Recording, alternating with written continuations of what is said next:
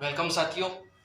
जैसे कि आप सभी को मालूम है, आज हमारी क्लास ऑनलाइन शुरू होनी थी, लाइव शुरू होनी थी, लेकिन टेक्निकल प्रॉब्लम होने की वजह से आज हमारी क्लास ऑनलाइन ना हो पाई। इसलिए आप लोगों को क्लास डायरेक्ट ऐसी आज अपलोड की जाएगी। तो देखिएगा, आज अब हम शुरू जो करने वाले हैं, आज हमारी क्लास पहली क्लास शुरू होगी और पहली क्लास का नाम होगा हमारा नंबर सिस्टम। नंबर सिस्टम के अंतर्गत सबसे पहले हम पढ़ेंगे अपना टाइप नंबर 1। धीरे धीरे हम अपनी टाइप इस तरीके से बढ़ते जाएंगे और ये बिल्कुल जीरो से शुरू होगा। जीरो से हम आगे इसी अपने कारवां बढ़ाते चले जाएंगे। और जैसे आप सब देख रहे होंगे, नंबर सिस्टम संख्या पद्धति, नंबर सिस्टम संख्या पद्धति के अंदर टाइप नंबर 1। तो टाइप नंबर 1 के अंतर्गत लगभग 10 से 11 हमारे पॉइंट होंगे। उन पॉइंटों को हम क्लियर करेंगे और ये पॉइंट जो मैं जितने भी बताऊंगा सब वेरी वेरी इंपॉर्टेंट है। जितने भी एग्जाम है, कोई एग्जाम ऐसा नहीं गुजरा जिनमें से इसमें से एग्जाम में सनाते हो। हर एग्जाम में हर एक क्वेश्चन आती जरूर है। तो देखिएगा, पहली क्लास हमारी इसके अंतर्गत, पहली क्लास के अंतर्गत टाइप नंबर 1 का पहला पॉइंट जिसे बोलते हैं हम प्राकृतिक संख्या, जिसे बोलते हैं प्राकृतिक संख्या या नेचुरल नंबर। होती क्या है प्राकृतिक संख्या या नेचुरल नंबर, होती क्या है? जैसे आप सब देख रहे होंगे कि गिनतियों को ही हम क्या बोलते हैं, प्राकृतिक संख्याएं बोलते हैं। गिनतियों को ही हम प्राकृतिक संख्याएं बोलते हैं। इसका भी एक इतिहास है। इतिहास का मतलब किस तरीके से कि हम नेचुरल नंबर इन्हें क्यों बोलते हैं, क्यों बोलते हैं नेचुरल नंबर? इस वजह से बोलते हैं नेचुरल नंबर क्योंकि ये आम इंसान ने नहीं बनाई। ये पता नहीं कहां से कैसे किसने बना दी, लेकिन ये कहा जाता है इन नंबरों को, ये नंबर जो है सबसे पहले अरबवासी जब हमारे हिंदुस्तान के अंतर्गत आए, अरबवासी सबसे पहले हमारे हिंदुस्तान में जब आए थे तो एक व्यापार करने के लिए आए थे, व्यापार के मकसद से। जब वो व्यापार करा करते थे हिंदुस्तानियों के साथ में, तो कुछ नंबरों का प्रयोग क्या करते थे। अब हिंदुस्तान के नंबर और अरब वासियों के नंबर दोनों को मिलाकर इन नंबरों का निर्माण हुआ। इन नंबरों का दूसरा नाम इन्हें हम इंडो अरेबिक नंबर भी बोलते हैं। क्या बोलते हैं इन नंबरों का? इंडो अरेबिक नंबर भी बोलते हैं। Indo Arabic, Indo Arabic number भी बोलते हैं। इंडो अरेबिक, इंडो अरेबिक क्यों बोलते हैं? क्योंकि इंडिया और अरब दोनों को मिलाकर ये नंबर बनते हैं। अब इनकी शुरुआत कहां से होती है? एक से शुरू करते हैं। 1 2 3 4 डॉट डॉट डॉट कहां तक होती है? ये अनंत तक होती है। कहां तक होती है? अनंत तक होती है। अनंत तक, अनंत ये आप सब जानते होंगे, ये अनंत का निशान होता है। एक से लेकर नेचुरल नंबर कहां तक चलते हैं? अनंत तक चलते हैं। जिसका हम अनंत का मतलब ये होता है जिसका कोई अंत ना हो। स्टार्टिंग तो होती है लेकिन अंत ना हो। स्टार्टिंग कहां से हुई? एक से हुई। अंत कहां से हुआ? अंत होता ही नहीं है इन नंबरों का। इसलिए ये नंबर जो आपका नेचुरल नंबर होती है, तो सीधा हम ये बोल सकते हैं कि गिनतियों को ही क्या बोलते हैं? नेचुरल नंबर बोलते हैं। क्या इन गिनतियों के माध्यम से हम किसी भी संख्या का निर्माण कर सकते हैं? नहीं कर सकते। क्यों नहीं कर सकते? क्योंकि इन नंबरों के अंदर, इन प्राकृतिक संख्याओं के अंदर जीरो नहीं होती। अगर जीरो इसमें होती तो हम किसी भी संख्या का निर्माण कर लेते। अब हमें जीरो की आवश्यकता हुई, तो जीरो को लाने के लिए हमें एक नंबर की और आवश्यकता पड़ी जिसको हम क्या बोलते हैं? पूर्ण संख्या बोलते हैं। तो पूर्ण संख्या होती क्या है कि जब गिनतियों में शून्य को शामिल कर लिया जाता है, तब ये संख्या कैसी बन जाती है? पूर्ण संख्या बन जाती है। इस तरीके से जैसे आप देख रहे होंगे, प्राकृतिक संख्या हमारी कौन सी है? नेचुरल नंबर 1 2 3 है। 1 2 3 4 डॉट डॉट अनंत तक। क्या शामिल करना है इसमें? शून्य शामिल कर लेना है। जब शून्य शामिल हम कर लेंगे तब ये नंबर क्या कहलाते हैं? हमारे पूर्ण संख्या कहलाती है, होल नंबर बोलते हैं। अब इन नंबरों का हम प्रयोग करते हुए किसी भी संख्या का निर्माण कर सकते हैं। कैसे कर सकते हैं? अगर मैं ये कहूं, मैं इसके अंतर्गत मैं लिख रहा हूं, मुझे 420 लिखना है, मैंने 420 लिखा। अगर मैं इन नंबरों के अंतर्गत 420 लिखता तो नहीं लिख सकता था मैं 420। क्यों? क्योंकि जीरो हमारी शामिल नहीं है। अब इसमें आप सब देख रहे होंगे कि जीरो जब इसमें आ गई तो किसी भी संख्या का हमने निर्माण कर लिया, तो 420 हमारी एक संख्या बन गई। अब इसके अलावा इन पर क्वेश्चन बनते कैसे हैं, देख लीजिए। इस तरीके से क्वेश्चन बनेंगे हमारे। किस तरीके से क्वेश्चन बनते हैं? जैसा आपसे मैं ये कहूं कि मैंने कोई 4 नंबर दिया आप लोगों को। 4 नंबर किस तरीके से दिए कि 3 0 5 4, ये मैंने अंक दे दिया आपको। मैंने कहा कि इन अंकों का प्रयोग करते हुए 4 अंकों की सबसे छोटी और सबसे बड़ी संख्या का अंतर बताइए, योग बताइए। कुछ भी आपसे पूछ सकता। जिससे मैंने ये लिखा हुआ 3 0 5 4, ये नंबर लिख दिया। अगर मैं इन नंबरों का प्रयोग करूं, सबसे छोटा नंबर बनाऊं मैं इनसे, मैंने छोटी संख्या बनाई, सबसे छोटी संख्या, इनसे इन नंबरों का प्रयोग करते हुए छोटी संख्या। तो छोटी संख्या क्या बनेगी इनका प्रयोग करते हुए?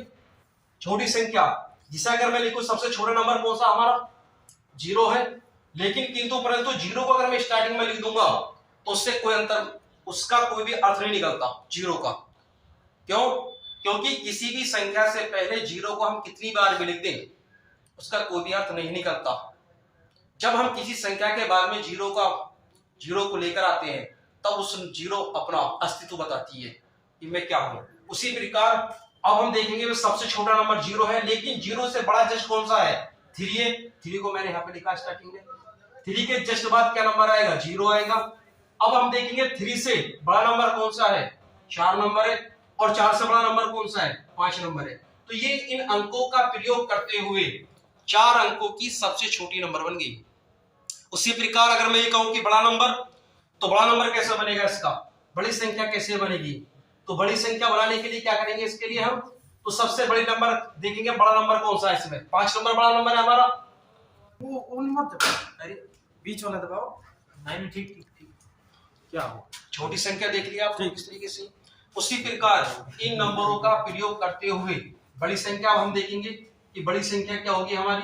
तो बड़ी संख्या का अगर मैं प्रयोग करूं इसमें, बड़ी नंबर कौन है? सबसे ज्यादा नंबर बड़ा, तो 5 नंबर है। 5 से छोटा नंबर कौन सा है? 4 है। 4 से छोटा नंबर 3 है। 3 से छोटा 0 है। अब ये देखो इन नंबरों का प्रयोग करते हुए, इन अंकों का प्रयोग करते हुए 4 अंकों की, जो 4 अंक दिखाई दे रहे हैं आप लोगों के, इन अंकों का प्रयोग करते हुए बड़ा नंबर क्या बना? 5430 बन गया। उसी प्रकार छोटा नंबर क्या बना? 3045 बना। अब इस तरीके से दोनों बन गए। अब आपसे क्वेश्चन क्या पूछ सकता है इसमें कि इन दोनों अंकों का योग बताइए, इन संख्याओं का योग बताइए। या तो योग पूछेगा या अंतर पूछेगा, ये पूछता आप लोगों से। तो हम योग कर सकते हैं, अंतर भी कर सकते हैं हम इसके लिए। तो ये आप सभी के समझ में आ गया होगा। उसी प्रकार अब हम आगे चलते हैं। हमारे पास का पॉइंट नंबर 1 सभी के समझ में आ गया होगा कि प्राकृतिक संख्या क्या होती है, गिनतियों की प्राकृतिक संख्या बोलते हैं। उसी प्रकार पूर्ण संख्या क्या होती है कि जब हम गिनतियों में 0 सम्मिलित कर लेते हैं तब हमारी संख्याएं पूर्ण संख्याएं बन जाती हैं। पूर्ण संख्या का प्रयोग हम करते हुए किसी भी संख्या का निर्माण कर सकते हैं। इसके अंतर्गत 2 प्रकार के क्वेश्चन होते हैं हमारे कि कोई भी अंक आप लोगों को देगा और देने के बाद में आपसे कहा कि बड़ी संख्या बताइए, छोटी संख्या बताइए, इन अंकों का प्रयोग करते हुए। तो इस तरह के आप लोग क्वेश्चन कर लेंगे, उम्मीद तो यही है। अब आगे चलिएगा। अब प्राकृतिक संख्या और पूर्ण संख्या के जस्ट बाद अब हम लेके चलते हैं अपना, आप सब जानते होंगे कि सम संख्याएं क्या होती है।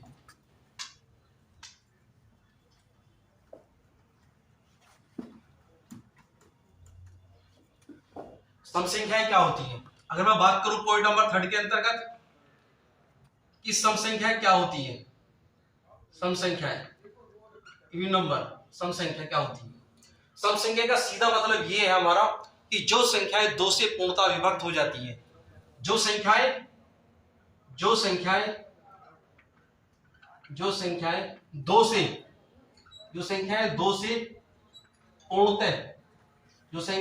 पूर्णतः विभक्त हो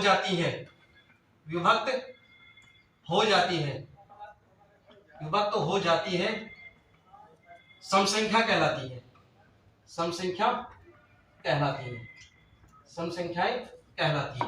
किस तरीके से कहलाती है? एग्जाम्पल आप देखिएगा किस तरीके से कहलाएंगी। जैसे मैंने यहां पे लिखा 2, क्या 2 से कटेगा? बिल्कुल कट जाएगा। 2 के बाद में कौन नंबर आएगा? 4, 4 के बाद में 6। इसी तरीके से ये आगे तक जाएगा और जाता कहां तक है? ये अनंत तक जाता है। आगे जाता है, अनंत तक जाता है। तो ये कहेंगे हम इसके अंतर्गत कि जो संख्याएं 2 से पूर्णतः विभक्त हो जाती हैं तो उन संख्याओं को क्या बोलते हैं? हम सम संख्या कहते हैं। अगर मैं ये कहूं आपसे कि सबसे छोटी सम संख्या क्या होती है, तो क्या होती है सबसे छोटी सम संख्या? 2। अगर ये कहूं मैं कि सबसे बड़ी संख्या क्या होती है सम संख्या, तो कुछ नहीं होती। कुछ का मतलब कि अनंत होती है हमारे पास में। उसी प्रकार पॉइंट नंबर 4 पे क्या होगा? विषम संख्या ऑर्डर नंबर क्या होती है कि विषम संख्याएं क्या होती है? विषम संख्या। तो विषम संख्या का मतलब यह होता है कि जो संख्याएं 2 से पूर्णतः विभक्त ना हो तो उन संख्याओं को हम पूर्ण संख्याएं कहते हैं, विषम संख्याएं कहते हैं। कैसे? ये कहें हम जैसे कि जो संख्याएं 2 से पूर्णतः विभक्त ना हो, विभक्त ना हो तो उन संख्याओं को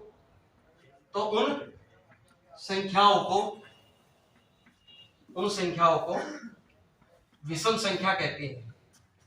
उस संख्या को विषम संख्या कहते हैं। जैसे ये स्टार्टिंग 2 से होती है, लेकिन विषम संख्या की स्टार्टिंग कहां से होती है? 1 से होती है। 1 के बाद में 3, 3 के बाद 5, 5 के बाद 7 डॉट डॉट डॉट, ये भी कहां तक होती है?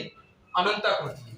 मतलब क्या हुआ कि ऐसी संख्याएं जो 2 से पूर्णतः विभक्त ना हो तो उन्हें विषम संख्या बोलते हैं, और जो 2 से पूर्णतः विभक्त हो जाए उन्हें सम संख्या बोलते हैं। आपसे बस केवल इतना ही पूछता है इसमें क्वेश्चन के अंतर्गत कि सबसे छोटी विषम संख्या क्या होती है, तो क्या बताएंगे आप? 1 बताएंगे। और अगर आपसे ये कहेगा कि सबसे छोटी विषम संख्या क्या होती है, तो आप 2 बताएंगे। अब इसके बाद में जो क्वेश्चन हमारे पास बनता है इसे हम बोलते हैं पूर्णांक। पूर्णांक होते क्या है देखिएगा। पूर्णांक क्या होते हैं? पूर्णांक का मतलब ये होता है कि आप सबने देखा होगा कि किसी चीज की अगर कोई पॉजिटिव है तो उसका नेगेटिव भी होता है। उसी प्रकार संख्या हमारे पास जो होती है, संख्या का भी एक पॉजिटिव और एक नेगेटिव होता है। पॉइंट नंबर 5 हमारा है, इसे हम बोलते हैं पूर्णांक, इंटीजर नंबर, पूर्णांक। तो पूर्णांक संख्या क्या होती है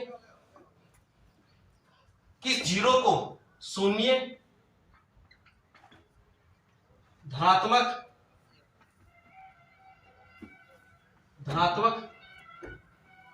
शून्य, धनात्मक,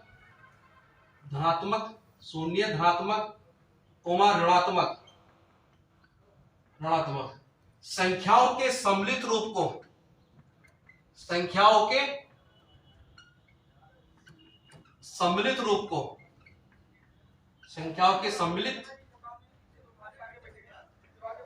को, पूर्णांक कहते हैं। इस तरीके से आपने देखा भी होगा, एक हमारे पास में एक लाइनिंग होती है, इस लाइन के बीचों बीच शून्य होता है, और इस शून्य के दाईं ओर राइट साइड पॉजिटिव नंबर होते हैं, +1, +2, +3 डॉट डॉट कहां तक होते हैं? अनंत तक होते हैं। उसी प्रकार 0 के अगर हम बात करें, 0 के लेफ्ट राइट में बाईं ओर तो नेगेटिव नंबर होते हैं -1, -2, -3 डॉट डॉट कहां तक होते हैं? अनंत तक होते हैं। इसी प्रकार आप सब देख रहे होंगे, इस लाइन का प्रयोग करते हुए हमने, आप देख रहे होंगे कि बीच में क्या है? 0 के राइट साइड पर क्या है? पॉजिटिव नंबर, और इसके लेफ्ट साइड पर नेगेटिव नंबर है। तो इन सभी के सम्मिलित रूप को क्या बोलते हैं? हम पूर्णांक कहते हैं।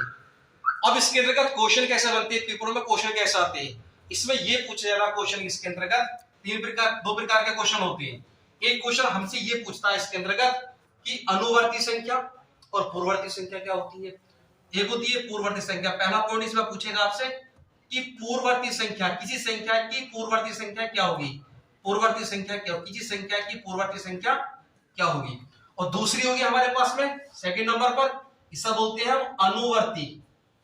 दूसरी संख्या होगी हमारे पास में अनुवर्ती संख्या।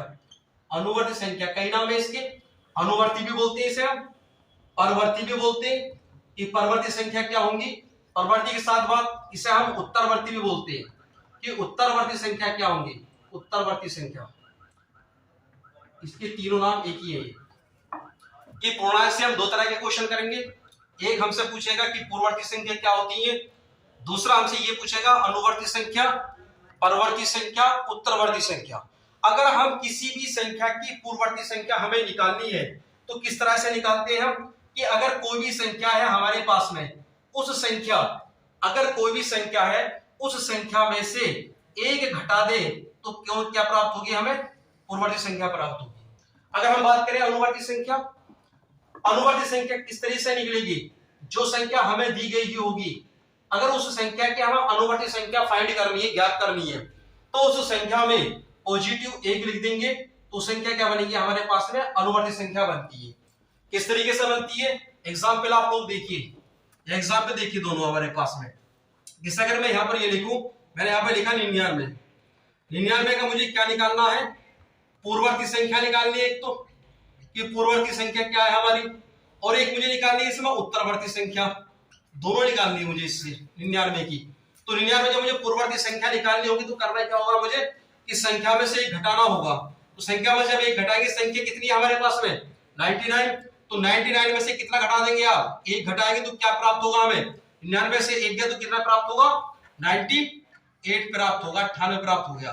तो हम क्या कहेंगे इसके अंतर्गत कि किसी भी संख्या की पूर्ववर्ती संख्या क्या होगी, एक घटाने के बाद प्राप्त होगी। तो इसी प्रकार हमने 99 में से एक घटाया तो क्या प्राप्त हुआ 98 प्राप्त हुआ। उसी प्रकार मुझे उत्तरवर्ती संख्या ज्ञात करनी है।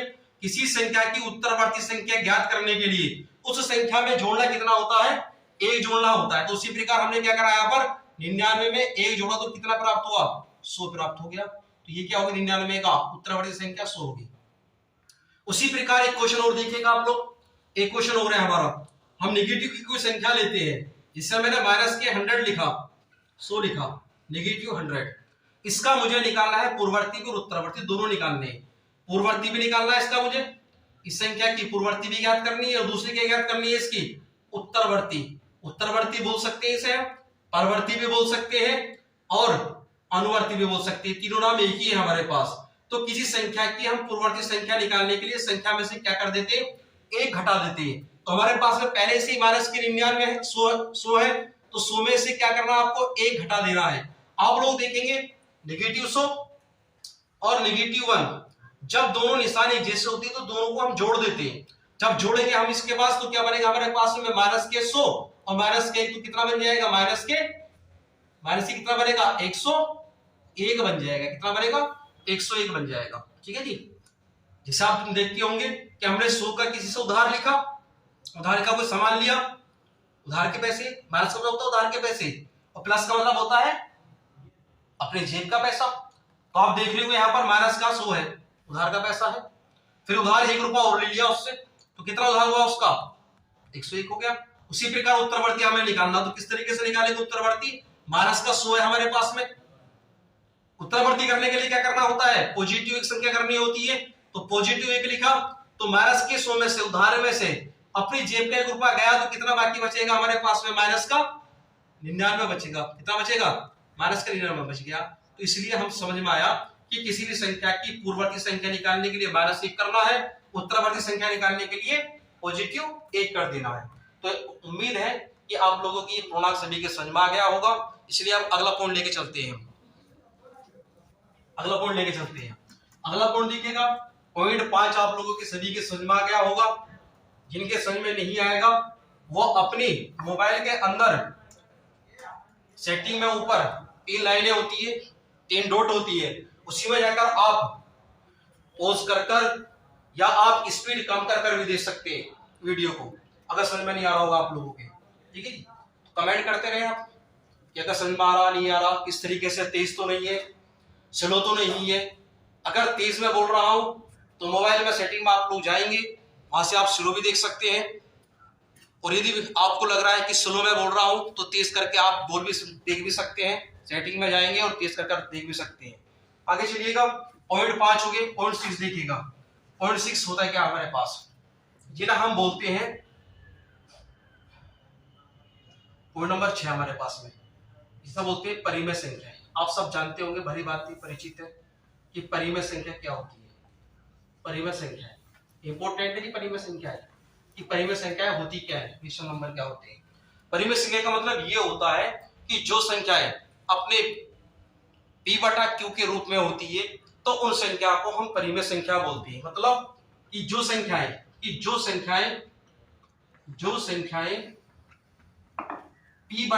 के रूप में होती है, p/q का मतलब होता है अंश बटे हर के रूप में होती है, p/q के रूप में होती है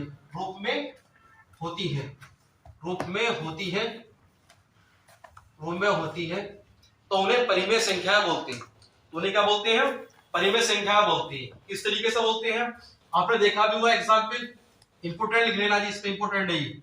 किस तरीके से देखा आप लोगों ने कि अगर मैं 22/7 लिखा मैंने यहाँ पर, तो आप देख रहे होंगे 22 का मतलब क्या होगा, p का मान, और 7 का मतलब होगा q का मान हो गया। अब इसमें ये भी लिख सकते हैं कि जहां पर हमारे पास में जहां q नॉट इक्वल टू 0, जहां पर q नॉट इक्वल टू 0 मतलब क्या है इसका, कि q का मान 0 नहीं होना चाहिए, मतलब ये है इसका। कि अगर 0 मान हमारा पास बन गया Q का मान, तो उस संख्या परिमेय संख्या ना बनकर बन जाती है अपरिमेय संख्या। बस केवल आपको ये याद रखना है कि हमारे पास में Q का मान 0 नहीं होना चाहिए। अगर 0 बन जाता है तो सीधा अपरिमेय संख्या बन जाती है। अब आप आगे देखिए, ये एग्जाम्पल मैंने लिखा 22/7 लिखा, 22/7 के बाद में मैंने आपको दशमलव में लिखा 3.14 हो गया। आप देख रहे होंगे 3.14 की, ये तो हमारे पास में P/Q के रूप में तो है नहीं, तो इसलिए P/Q के रूप में करने के लिए क्या कर सकते हैं, इसे हम कन्वर्ट कर सकते हैं। हम सब जानते हैं कन्वर्ट कैसे कर सकते हैं कि पॉइंट के बाद में जितने भी अंक होते हैं हमारे पास में, देखते हैं कितने अंक है, पॉइंट लिखा, देखा पॉइंट के आगे 2 अंक है, नीचे डंडा खींचा हमने, पॉइंट के नीचे 1 लिखा, पॉइंट के नीचे 1 लिखा, और जितने भी पॉइंट के बाद में अंक होते हैं उतने ही हम शून्य बढ़ा देते हैं। कितने बढ़ा देते हैं? जितने हमारे पास में दशमलव के बाद में अंक होते हैं उतने ही शून्य बढ़ा देंगे एक के आगे। तो हमने देखा यहाँ पर बन गया, तो यहाँ से आप दशमलव हट जाती है, तो मान क्या बना 314/100, तो ये बन गया हमारे पास में P का भी मान हो गया, Q का भी मान हो गया। तो हम ये बोल सकते हैं कि हमारे पास में कि जो दशमलव की संख्याएं होती है वो संख्या भी क्या होती है हमारे पास में परिमेय संख्या होती है। आगे आपने देखा होगा, अगर कोई संख्या माइनस के माइनस मैंने 3/4 लिखा, मैंने कहा कि क्या हमारे पास में ये परिमेय संख्या है, तो आप बोलोगे बिल्कुल परिमेय संख्या है। क्यों है? क्योंकि माइनस से मतलब नहीं है हमारा, मतलब तो केवल हमें ये देखना है कि हमारे पास P का भी मान है और Q का भी मान है। P का मान भी हुआ, Q का मान भी हुआ, जब P का मान भी हुआ, Q का मान हुआ, तो इसलिए हम क्या बोल सकते हैं, परिमेय संख्या हुई। आगे अगर हमारी संख्या कोई ऐसी है जो रूट के अंदर जिनका हम वर्गमूल निकाल सकते हैं, परफेक्ट वर्गमूल निकाल सकते हैं, क्या हम 49 का वर्गमूल निकाल सकते हैं? बिल्कुल निकाल सकते हैं। कैसे निकाल सकते हैं? 49 का आपने देखा होगा, 49 को हम क्या लिख सकते हैं, 7, मतलब 49 का वर्गमूल कितना बनेगा 7, बट्टे में देखो 7 के नीचे कोई संख्या अगर होती नहीं है तो उसकी प्रॉपर्टी 3 होती है, जिससे मैंने यहाँ पर 7 के नीचे 1 लिख दिया, तो हो गया हमारे पास में क्या बना, प्राकृतिक संख्या बना। तो आप देख रहे हो यहाँ पर कोई संख्या मैंने सिंगल लिखी, जैसे मैंने 6 लिखा, मैंने कहा कि ये 6 नंबर लिखा हुआ है, तो क्या प्राकृतिक संख्या बोलोगे? बिल्कुल है। क्यों है? क्योंकि किसी भी कोई सिंगल नंबर अगर लिखा हुआ है उसकी 3 प्रॉपर्टी होती है, 3 विशेषता होती है। क्या विशेषता होती है? कि एक तो हमेशा उसके ऊपर घात क्या होती है, पावर क्या होती है, 1 होती है पावर, और पावर होने के बाद में नीचे क्या हमारे पास में हमेशा क्या होती है, 1 होता है, और पॉजिटिव संख्या होती है। वो तो 3 प्रॉपर्टी हो गई। तो आप लोग दिख रहे होंगे अंश है हमारे पास में, नीचे हर है हमारे पास में। जब अंश है और हर है तो इसके अंतर्गत आप देख रहे होंगे हमारी संख्या कैसी बनी, परिमेय संख्या बन गई, बिल्कुल बन गई परिमेय संख्या। अब आगे अगर मैं ये कहूं आपसे, तो मैंने 12 नंबर ले रखा है, 12 नंबर मैंने इस तरीके से लिखा कि 0.3434 और मैंने उसके ऊपर 12 लगा दिया कि पॉइंट के बाद में कोई ऐसी संख्या जिन नंबरों के ऊपर बार, ये बार बोलते हैं, जो डंडा लगा हुआ दिखाई दे रहा है, आप लोग देख रहे होंगे, लाइन को देख रहे होंगे, तो इस लाइन को हम बार बोलते हैं। अगर ये बार ये लगा हुआ है तो इस बार को हम क्या कहते हैं, बार बार इस नंबर को लिखना होता है हमें। जब इन नंबर को हम बार बार लिख सकते हैं 3434 को, तो ऐसे नंबर को हम सोल्व कर सकते हैं। आगे चलकर आपको बताएंगे जिनके अंतर्गत की सोल्व कैसे होगा ये। अब आप देखो, अगर मैं ये कह देता इस तरीके से लिख देता कि 0.5454 बार ना देकर मैं केवल डॉट डॉट लगा देता इस तरीके से, तब भी ये आपका क्या कहलाया जाएगा, बार ही कहलाया जाएगा। क्यों? क्योंकि 5454 ये बार बार इस तरीके से आता चला जाएगा आगे तक। तो ऐसे नंबर को भी क्या कहते हैं, परिमेय संख्या बोलते हैं। क्या बोलते हैं नंबर को हम? परिमेय संख्या कहते हैं। आई होप कि आप लोगों के सबके समझ में आ गया होगा। अब आगे देखें आप, पॉइंट नंबर 6 और देख लें आप लोग बस। पॉइंट नंबर 6 हम क्या करेंगे, पॉइंट नंबर 6 के अंदर जिससे हमने परिमेय संख्या पढ़ी है उसी प्रकार हमारे पास में होती है अपरिमेय संख्या। क्या होती है अपरिमेय संख्या? इरेशनल नंबर क्या होती है, अपरिमेय संख्या। तो अपरिमेय संख्या का मतलब ये होता है सीधा सीधा कि जो परिमेय संख्या ना हो, क्या हो, जो परिमेय संख्या ना होती है उन नंबर को क्या बोलते हैं, हम अपरिमेय संख्या बोलते हैं। अब देखिएगा परिमेय संख्या के अंतर्गत हमारे पास में शून्य भी आता है, अभी बताएंगे आगे चलकर शून्य क्यों आया इस पर, है ना। अब अपरिमेय देखें तो अपरिमेय की डेफिनेशन क्या बनने वाली है कि जो संख्याएं P/Q के रूप में ना हो, P/Q के रूप में ना हो, तो उन संख्याओं को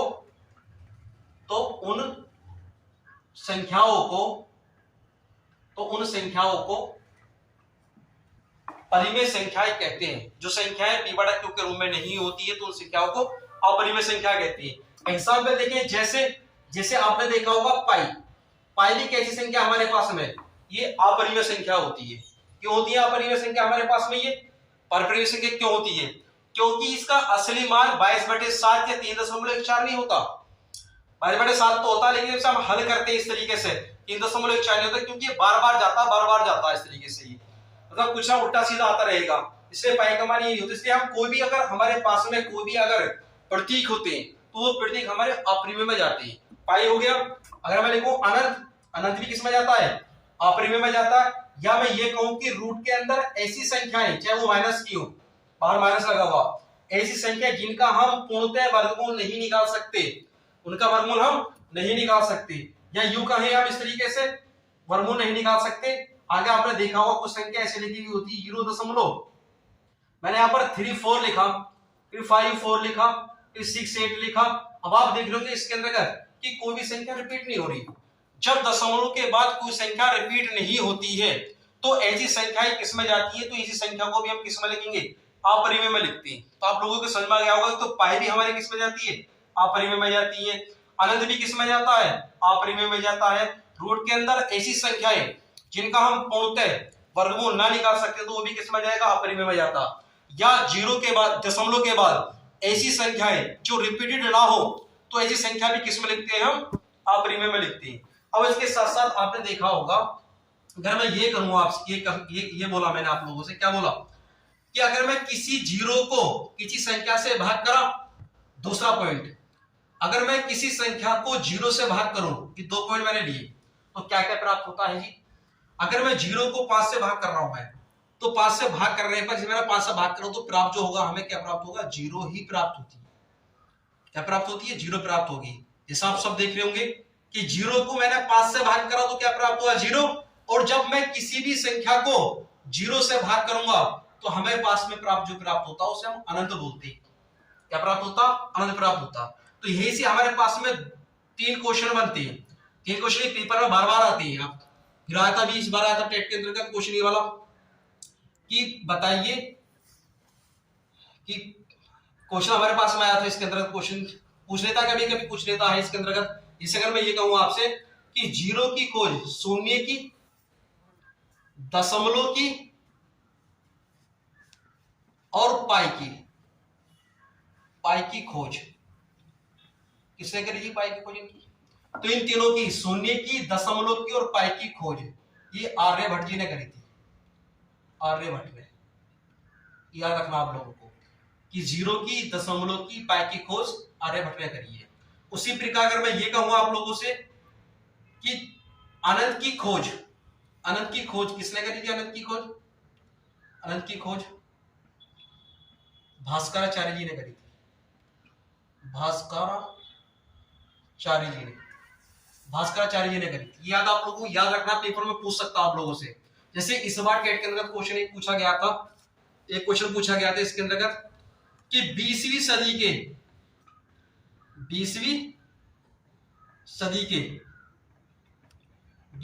के गणितज्ञ, सबसे बड़े गणितज्ञ कौन थे? 20वीं सदी सबसे बड़े गणितज्ञ, तो हम कहेंगे श्री रामानुज, श्री रामानुजाचार्य, ये भी बोल सकते हैं हम, श्री रामानुज भी बोल सकते हैं, श्री रामानुजाचार्य भी बोल सकते हैं। आप लोगों को याद रखना है कि 20वीं सदी के सबसे बड़े जो गणितज्ञ थे जिनका नाम था श्री रामानुजाचार्य था। आप लोगों को याद रखना है कि 0, दशमलव और पाई की खोज आर्यभट्ट ने करी थी। आपको याद रखना है कि पाई की खोज भास्कराचार्य ने करी थी। ये चीज आपको याद रखनी है। अब आप देखिएगा, अगर कुछ समझ में नहीं आया आप लोगों को तो कमेंट करें जिसके लिए कि समझ में ये नहीं आ रहा है हमारे, इसलिए मैंने आप लोगों को सब बता दिया कि परिमेय संख्या क्या होती है, अपरिमेय संख्या क्या होती है। तो आप बार बार इस वीडियो को जब आप देखेंगे तो आप लोगों को समझ में आ जाएगा। समझ में नहीं आया तो कमेंट करना, जो समझ में आया आप लोगों को किस तरीके से समझ में आया। चलिए आप लोगों से थैंक यू।